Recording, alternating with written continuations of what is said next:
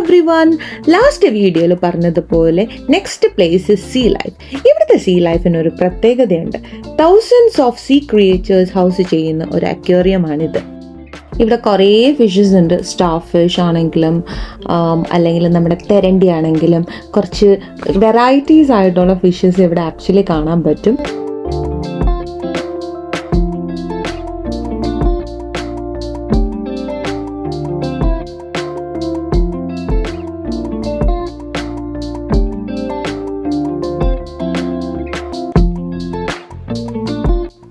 വേറൊരു സ്പെഷ്യാലിറ്റി എന്ന് പറയുന്നത് they have made A ocean tunnel. നമ്മുടെ തലയ്ക്ക് മുകളിൽ different varieties of sea life can be seen while we walk through this tunnel. അത് കുറച്ചും കൂടെ റിയലിസ്റ്റിക് ആയിട്ട് നമുക്ക് ഫീൽ ചെയ്യും. സത്യം പറഞ്ഞാൽ ഇവന് ഇത്രയും നേരം എനർജി ഇല്ലായിരുന്നു. ഫിഷിനെ കണ്ടപ്പോൾ അവൻ ഫിഷിനെക്കാട്ടി വേഗത്തിലാണ് ഓടുന്നത്. പോരാത്തതിന് നമ്മളെയും കൂടെ വലിച്ചുകൊണ്ട് ഓടുന്നുണ്ട്. അതിൻ്റെ ഒരു എനർജി കണ്ടിട്ട് ഒരു എക്സൈറ്റ്മെൻറ്റിൽ ഞാൻ അവനെ പൊക്കിക്കൊണ്ട് പോയി ഡിഫറെൻറ്റ് ഫിഷസിനെയൊക്കെ കാണിച്ചു കൊടുത്തു. കുറേ നേരം അവിടെ ഇരുന്ന് ഫിഷ് എന്ന് പറയാൻ പറ്റുന്നില്ലെങ്കിൽ അതിനെ ചൂണ്ടിക്കാണിച്ച് എന്തൊക്കെയോ പറയുന്നുണ്ടായിരുന്നു. ബട്ട് അവൻ്റെ എക്സൈറ്റ്മെൻറ്റ് കാണുമ്പോൾ ഒരു ഡിഫറെൻറ്റ് ഫീലായിരുന്നു.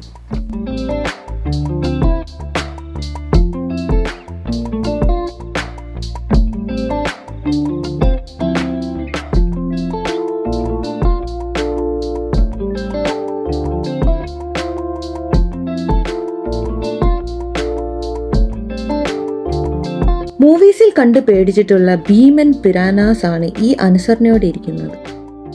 ഇതെല്ലാവർക്കും അറിയാവുന്ന ഒരാളാണ് നമ്മുടെ ഷാർക്ക് ചേട്ടൻ. അവിടെ ഇവിടെ ഇങ്ങനെ ഇടയ്ക്ക് മുഖമൊക്കെ കാണിച്ച് ചാടിക്കളിച്ച് നടപ്പുണ്ട്.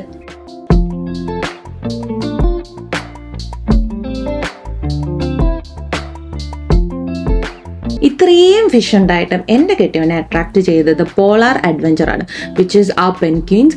അതിൻ്റെ കുളിയും കണ്ട് അവിടെ കുറേ നേരം നിൽക്കുന്നത് കണ്ട് എന്താണോ എന്തോ.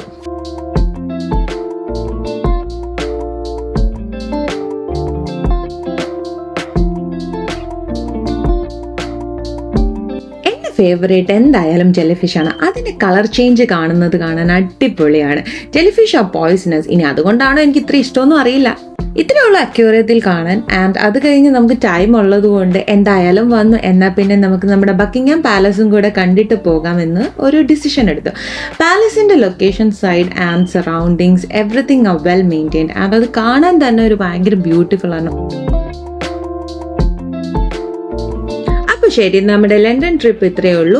ഇനി അടുത്ത വീഡിയോ ആയിട്ട് കാണുന്നത് വരെ ടാറ്റാ, ബൈ ബൈ, ശുഭദിനം.